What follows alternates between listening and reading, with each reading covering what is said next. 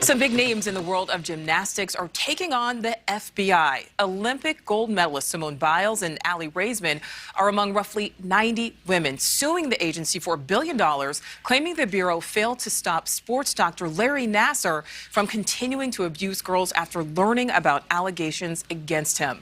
NewsNation's Kelly Beeson is here. And Kelly, a Justice Department investigation says the FBI did nothing for 14 months while Nassar continued to target these young women and girls. You're right, Nicole, and there is no dispute that FBI agents in 2015 knew that Nassar was accused of assaulting gymnasts, but failed to act, leaving him free to continue to target young women and girls for more than a year.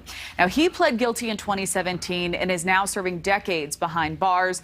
The young women involved in this upcoming litigation and others say it's time the FBI is held accountable. It's hard healing from all the trauma, but I'm getting there. It's a process. At 15 years old, Emma Ann Miller was the youngest woman to speak out at Larry Nassar's sentencing in 2018.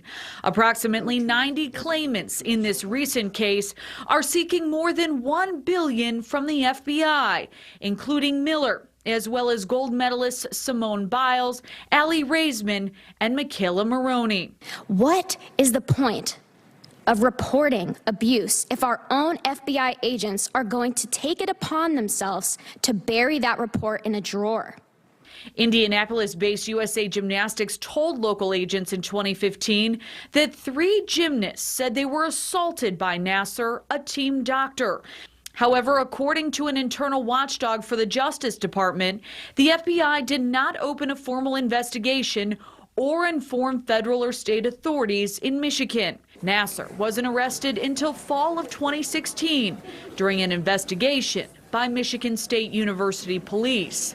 There are allegations that the field office of the FBI had in Indianapolis, where United States Gymnastics is also headquartered, that the head of the FBI there was seeking a job at United States Gymnastics, and the CEO of the United States Gymnastics and the head of the FBI of that office were working together to cover up these allegations. Not only was the Indianapolis office, was there failures at that level, there was failures at the level potentially in both Michigan FBI office as well as the one in LA. And as a result of them sitting on this complaint that was filed, over 100 women and girls were assaulted, or the assaults continued from July of 2015 until August of 2016. And that's the sad part of this.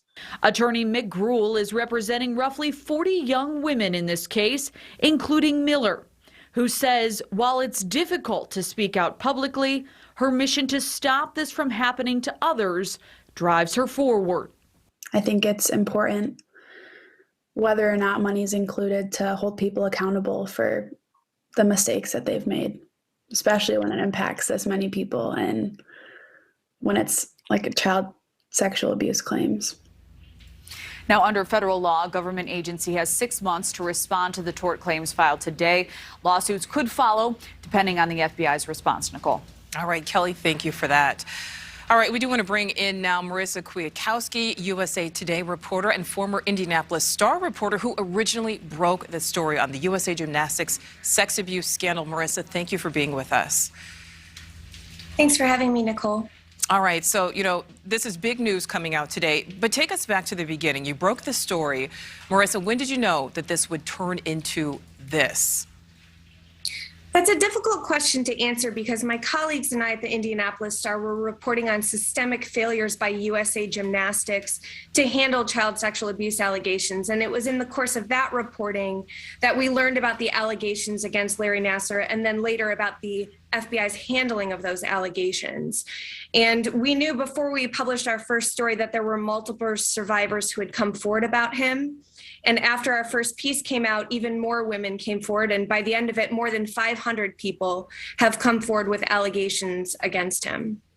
And Marissa, in the early days of this investigation, talk to us about the FBI's reaction. Did you see interest from the FBI in pursuing this?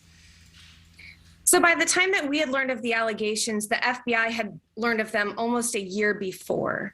And they were not talking about what had happened to us, had declined our interview requests. And there's a lot of information, I think, still to this day that we don't really know about what happened at that time.